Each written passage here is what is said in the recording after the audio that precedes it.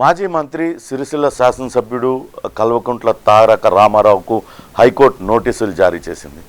అటు కేటీఆర్ పైన సిరిసిల్లలో పోటీ చేసిన ఇద్దరు వేర్వేరుగా అటు హైకోర్టులో పిటిషన్లు దాఖలు చేశారు. కేటీఆర్ అఫిడవిట్లో తప్పులు ఉన్నాయి, వాస్తవాలు దాచిపెట్టారంటూ వాళ్ళు వేసిన పిటిషన్లపైన విచారణ జరిపిన హైకోర్టు నిన్న నోటీసులు జారీ చేసింది. అసలు కల్వకుంట్ల తారక రామారావు అఫిడవిట్లో ఏముంది, అటు ప్రత్యర్థులు ఏమి తప్పులు ఇందులో అఫిడవిట్లో ఏం తప్పు ఉందంటూ వాళ్ళు హైకోర్టుకు తెలియజెప్పారనే చూద్దాం. ఒకసారి మనం ఆ స్క్రీన్ మీద చూస్తున్నాం.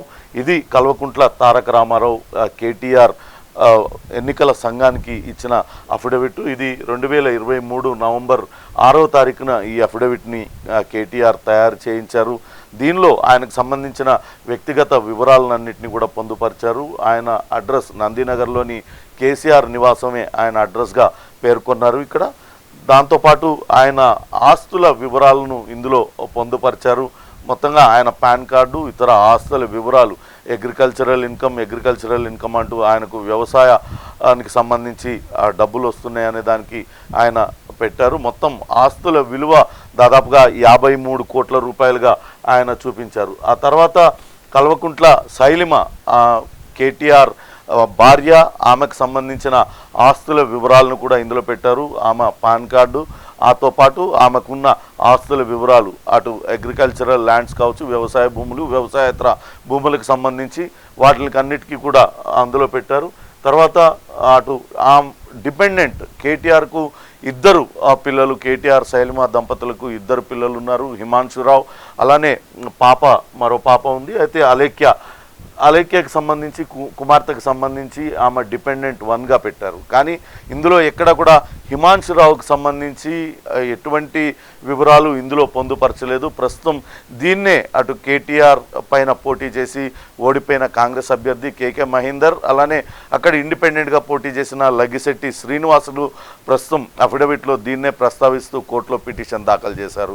2023 జూలైలో మేజర్ అయిన హిమాంశురావు అనేక ఆస్తులు కొనుగోలు చేస్తారు. ఆస్తులకు సంబంధించిన వివరాలేవి కూడా ఇందులో పొందుపరచలేదు అనేది వాళ్ళ వాదన. అలానే ఇటీవలనే మేజర్ అయిన హిమాంశురావుకి అటు ఆస్తులు కొనుగోలు చేయడానికి అంత డబ్బులు ఎలా వచ్చాయి, తండ్రిగా కేటీఆర్ సమకూర్చినవి కాకుండా వేరే ఏముంటాయి, వాటినన్నింటినీ ఈ అఫిడవిట్లో పొందుపరచలేదనేది అటు కేకే మహేందర్ రెడ్డి అట్లనే లగిశెట్టి శ్రీనివాసులు అభ్యంతరం చేశారు. వాస్తవానికి హిమాంశు అటు సిద్దిపేట మర్కుక్ మండలం వెంకటాపూర్లో 4 ఎకరాలు కొనుగోలు చేశారు. 10,50,000 రూపాయలు దానికి చెల్లించారు. అట్లనే ఎర్రబల్లిలో 32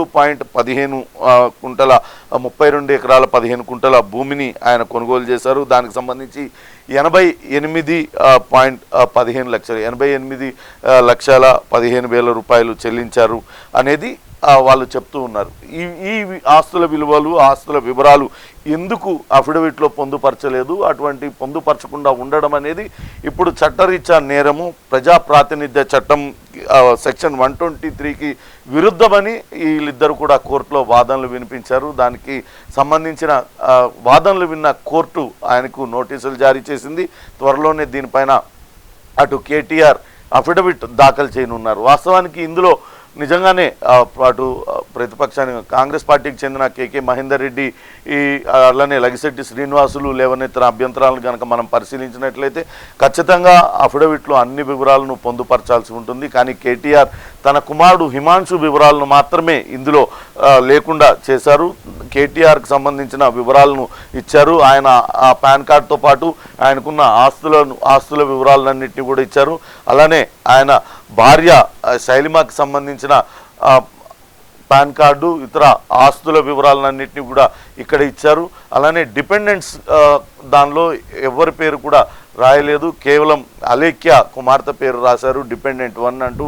మరి హిమాంశుని ఎందుకు ఇక్కడ ప్రస్తావించలేదు? ఒకవేళ మేజర్ అయినప్పటికీ కూడా ఆయన కొనుగోలు చేసిన ఆస్తులు, కుటుంబ ఆస్తులన్నీ కూడా ఇందులో మెన్షన్ చేయాల్సి ఉంటుంది. కాబట్టి వాళ్ళ ఎందుకు మెన్షన్ చేయలేదు అనే అభ్యంతరాన్ని లేవనెత్తుతున్నారు. ఖచ్చితంగా ఇది ప్రజా ప్రాతినిధ్య చట్టంలోని అటు సెక్షన్ 123కి విరుద్ధం. గతంలో రుక్మిణి మాదేగౌడ వర్సెస్ కేంద్ర ఎన్నికల సంఘం కేసులో సుప్రీంకోర్టు తీర్పుకు విరుద్ధం అంటూ కూడా వాళ్ళు వాదనలు వినిపించే ప్రయత్నం అయితే చేశారు. దానికి స్పందించి కోర్టు అటు నోటీసులు జారీ చేసింది. కేటీఆర్తో పాటు 4 వారాల్లోగా కౌంటర్ దాఖలు చేయాలని ఆదేశించింది. అటు కేటీఆర్తో పాటు రాష్ట్ర ఎన్నికల ప్రధానాధికారి, సిరిసిల్ల రిటర్నింగ్ ఆఫీసర్ వీళ్ళకు కూడా నోటీసులు జారీ చేసింది.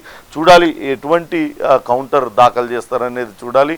ఇంకా మనం ఒకసారి ఇందులో అఫిడవిట్లోకి వెళ్ళినట్లయితే ఆస్తుల వివరాలతో పాటు ఆయన పైన గతంలో నమోదైన కేసుల వివరాలకు సంబంధించి అన్ని వివరాలను కూడా ఇందులో పొందుపరిచారు. కానీ అన్ని వివరాలు పొందుపరిచిన కేటీఆర్ ఎందుకు తన కుమారుడి పేరు ఇందులో డిపెండెంట్గా పెట్టలేదు అనే ప్రశ్న ప్రస్తుతమైతే ఆ పిటిషనర్లు లేవనెత్తుతున్నారు. సరిగ్గా ఇదే వాదనలు కూడా హైకోర్టుకు వినిపించడంతో హైకోర్టు అటు నోటీసులు జారీ చేసిన పరిస్థితి అయితే ఉంది.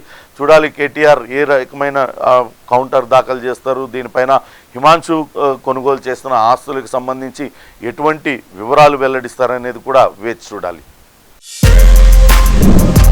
For more videos like this, subscribe Big TV channel.